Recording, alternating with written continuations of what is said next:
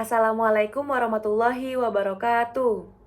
Alhamdulillahirabbil alamin wa bihi nasta'in ala umurid dunya waddin. Wassalatu wassalamu ala asyrafil anbiya'i wal mursalin sayyidina wa maulana Muhammadin wa ala alihi wa sahbihi ajmain, amma ba'du. Halo semuanya, perkenalkan nama saya Rahel Kanaya Kausarani dari Fakultas Ilmu Tarbiyah dan Keguruan, Program Studi Tadris Bahasa Inggris. Mahasiswa baru tahun ajaran 2021-2022 UIN Maulana Malik Ibrahim Malang. Yeay! Alhamdulillah 2 hari PBAK Universitas terlewati dengan penuh semangat dan antusias. Maka dari itu, di sini saya akan menyampaikan beberapa rangkuman, beberapa materi yang telah saya dapatkan selama PBAK Universitas. Diketahui pada hari pertama, yakni ketika pembukaan, peserta PBAK diikuti oleh mahasiswa baru sebanyak 3.794 orang dan angkatan tahun 2020 yang belum lulus PBAK tahun lalu sebanyak 43 orang. Tahun ini, mahasiswa baru tersebut terbagi di 7 fakultas yang berbeda, yakni Fakultas Ilmu Tarbiyah dan Keguruan sebanyak 963 mahasiswa, Fakultas Syariah sebanyak 596 mahasiswa, Fakultas Humaniora sebanyak 402 mahasiswa, Fakultas Psikologi sebanyak 259 mahasiswa, Fakultas Ekonomi sebanyak 579 mahasiswa, Fakultas Saintek sebanyak 811 mahasiswa, dan Fakultas Kesehatan dan Ilmu Kedokteran sebanyak 180 orang. Materi pertama yaitu akademik. Pematerinya yaitu Wakil Rektor 1 UIN Maulana Malik Ibrahim Malang. UIN Malang terdiri dari 7 fakultas, ada Psikologi, Humaniora, Syariah, Ekonomi, Saintek, dan Tarbiyah. Kini UIN Malang sedang berada di tahap pengakuan internasional dan reputasi internasional. Oleh karena itu, UIN Malang sedang memperbanyak event internasional, mahasiswa abroad, program studi internasional, dan lain-lain. Upaya internasionalisasi dilakukan dengan mendorong para dosen dan mahasiswa untuk membuat jurnal internasional. Mahasiswa diwajibkan untuk research dan mempublish jurnal nasional atau internasional sebagai tugas akhir untuk menaikkan predikat kampus. UIN Malang memadukan pengetahuan umum dan agama untuk membentuk karakter melalui Ma'had Al-Jami'ah selama 1 tahun. UIN Malang juga memiliki beberapa fasilitas yang menaungi mahasiswanya, seperti lembaga bahasa, di mana ada bahasa Inggris, Arab, dan Mandarin. Rumah moderasi agama yang membentuk pemuda moderat, cinta bangsa, dan peduli Indonesia tangguh. Dan juga perpustakaan yang menyediakan jurnal-jurnal dan karya ilmiah. Perkuliahan berlangsung selama 8 semester dengan 160 sampai 150 SKS. Dengan penelitian sebagai pengabdian masyarakat dengan mata kuliah profesi, KKN, dan yudisium hingga akhirnya wisuda. Mata kuliah di UIN Malang ini dijadikan sebagai pengembangan kepribadian yang merupakan ciri khas UIN Maulana Malik Ibrahim Malang. Mata perkuliahan sendiri terdiri dari mata kuliah dasar, agama, bahasa, dan filsafat, dengan mata kuliah fakultas yang membedakan antar fakultas, dan mata kuliah program studi yang membedakan antar program studi.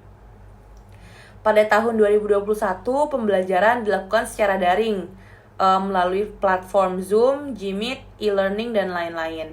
Kemudian untuk sistem siakat, mahasiswa baru semester 1 dipaketkan, sedangkan semester 2 sampai seterusnya diambil secara mandiri dengan berkonsultasi dengan DPA, dosen penasehat akademik.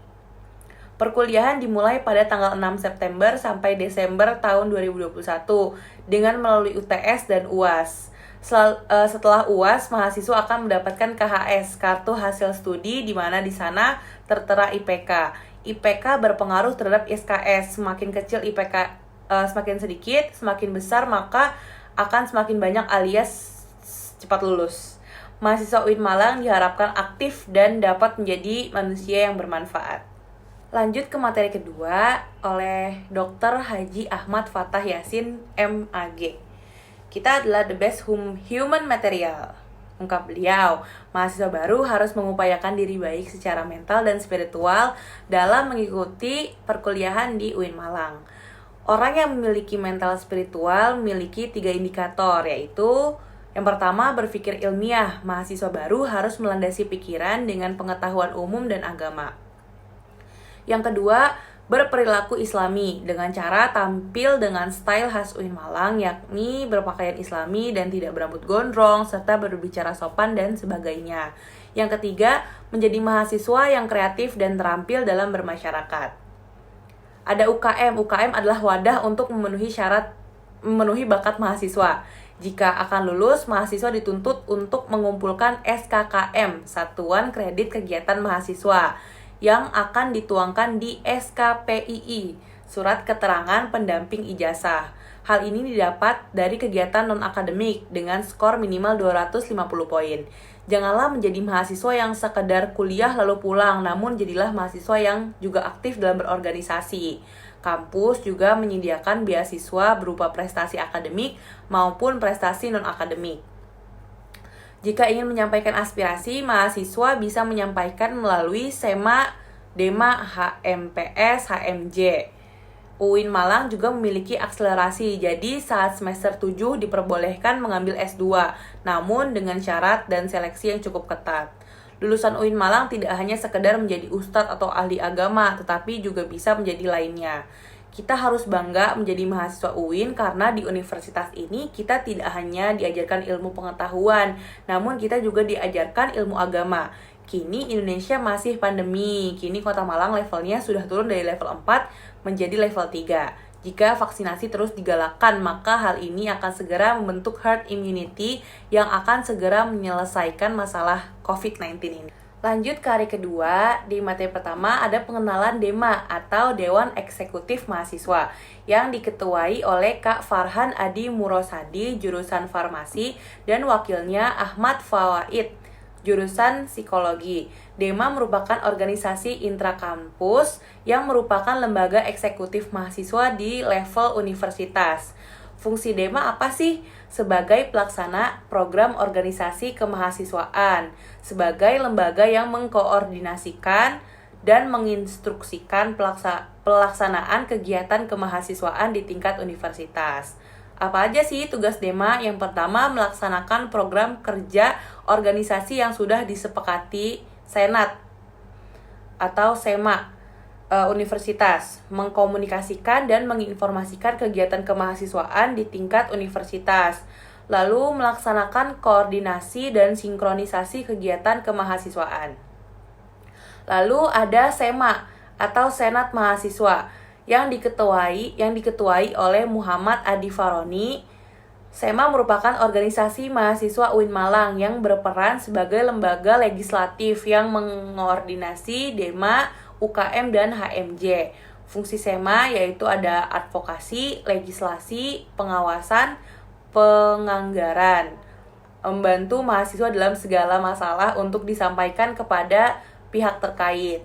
Nah, tugas SEMA yaitu mengawasi dan mengontrol DEMA universitas, memberikan persetujuan setiap kegiatan yang akan dilaksanakan oleh DEMA universitas, memberikan pengesahan setiap laporan, mempertanggungjawabkan setelah selesai agenda tersebut, memfasilitasi aspirasi mahasiswa UIN Malang dan menyalurkannya kepada pihak-pihak yang bersangkutan, mengawasi setiap kebijakan dan keputusan yang diambil oleh DEMA universitas, merancang dan menetapkan peraturan organisasi di UIN Malang, mengesahkan peraturan DEMA universitas, menjadi mitra kerja DEMA universitas dalam melaksanakan kebijakan organisasi kemahasiswaan.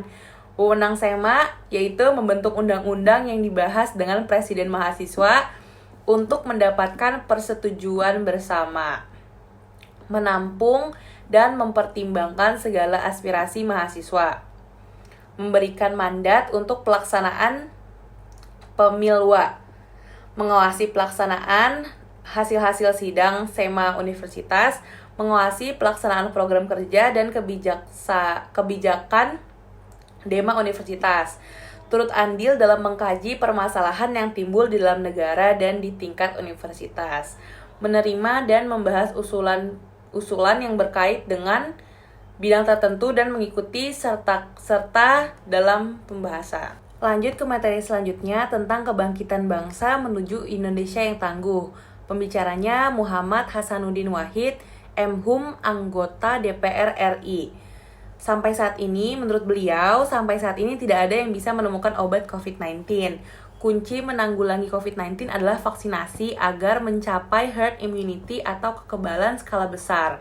Kunci yang kedua adalah disiplin prokes. Orang Indonesia kurang disiplin prokes, jadi susah COVID untuk hilang. Tingkat pemahaman COVID di Indonesia itu rendah. Memakai masker saja susah, gimana mau sembuh dari COVID-19. Sembuh dari COVID-19. Pertumbuhan ekonomi karena COVID semua turun. Semua negara turun, tetapi kita sudah mengalami kenaikan dari year of year, kita naik sekitar 7%. Melemahnya daya membeli karena efek PPKM membuat masyarakat malas untuk membeli, lalu terjadi inflasi tipis dan juga banyak yang kehilangan pekerjaan akibat pandemi COVID-19. Tercatat lebih dari 50.000 buruh di PHK sejak awal 2021. Tingkat pengangguran akan lebih banyak di bulan Agustus 2021. Kalau dampak di sektor pendidikan banyaknya yang putus sekolah dikarenakan anak harus bekerja karena krisis ekonomi akibat pandemi COVID-19 dan juga karena persepsi orang tua mereka. Lalu kebijakan sektor pendidikan di pandemik ini adalah memberikan bantuan kuota data internet, bantuan subsidi, BLT, dan lain-lain. Bantuan lanjutan untuk bulan September, Oktober, November sebanyak 2,3 triliun. Agar kita bisa tatap muka, kita harus melakukan kolaborasi hexahelix agar terselesaikan wabah ini. Model kolaborasi ini tidak hanya model di pandemi, akan tetapi menjadi model kolaborasi masa depan yang mampu menaikkan kelas sektor ekonomi, pendidikan, dan sektor lembaga di Indonesia. Sekarang kita berada di era digital 4.0 dan akan menuju 5.0, yaitu seperti memakai hologram. Kata pepatah, siapa yang ingin memajukan dunia? Dia harus pandai IT. Barang siapa yang tidak mahir dalam IT, maka akan menjadi budak dunia. 3 kekuatan pengubah dunia adalah kemajuan teknologi, agama, dan pasar. Peran dan peluang UIN harus utama pengembangan teknologi digital, link and match dengan sektor industri menjadi kekuatan socio-teknopreneur, epicentrum ajaran agama inklusif. Cara bekerja pada masa depan adalah munculnya jenis pekerjaan baru akibat digitalisasi dan otomatisasi. Cara menjadi generasi unggul, keagungan moral dan spiritual. Gandrung ilmu, pengetahuan, memiliki digital question, kesolehan atau peduli sosial. Barang siapa yang mau kuasai dunia harus dengan ilmu. Mau kuasai akhirat harus dengan ilmu. Kalau mau keduanya, maka kuasailah dengan ilmu. Kita harus mempunyai kecerdasan emosional, tidak hanya kecerdasan digital. Jadi mahasiswa UIN Malang harus punya 2 arus besar, adalah Sunni dan Sil Islam. Social labeling seperti Islam liberal, sekuler, pragmatis, modernis, tradisionalis, fundamentalis, ekstremis, dan teroris. Lanjut ke materi terakhir oleh Bapak Basri Zain tentang moderasi beragama. Apa itu moderasi dalam Islam? Definisi moderasi secara etimologi wasatiyah berarti jalan tengah atau middle path, posisi tengah, berkeadilan. Secara terminologis, pemahaman praktek keagamaan yang menjunjung tinggi kesetaraan, keberagaman, toleransi dengan berpijak pada prinsip tawazun antara resiko atau logika, teks serta konteks. Dasar teologis Al-Quran Surat Al-Baqarah ayat 143. Beberapa hadis dalam Sahih Bukhari. Kenapa moderasi penting di Indonesia? Karakter Islam sebagai agama rahmatan lil alamin yang menjunjung tinggi keadaban Islam dan harmoni inter dan antar pemeluk agama. Historitas Islam di Indonesia, karakter masyarakat Indonesia yang lekat dengan kesantunan dan harmoni, ideologi bangsa Pancasila dan moto Bhinneka Tunggal Ika. Isu-isu politik yang terkait dengan Timur Tengah dan politik global baik secara langsung atau tidak dapat mempengaruhi pemahaman dan sikap keberagamaan masyarakat Indonesia serta mengganggu agenda moderasi Islam seperti konflik Palestina versus Israel, aliansi politik Arab Amerika, politik despotisme dan hipokrasi. Peran mahasiswa UIN Malang, mahasiswa harus memerankan diri sebagai agents of change dalam menguatkan dan mendesimisasikan agenda moderasi. Mahasiswa harus mengedepankan kepentingan kebangsaan dan keagamaan yang sesuai dengan prinsip moderasi. Mahasiswa UIN harus cerdas akademik, religius, dan berkebinekaan. Sekian resume dari saya. Kurang lebihnya mohon maaf. Assalamualaikum warahmatullahi wabarakatuh.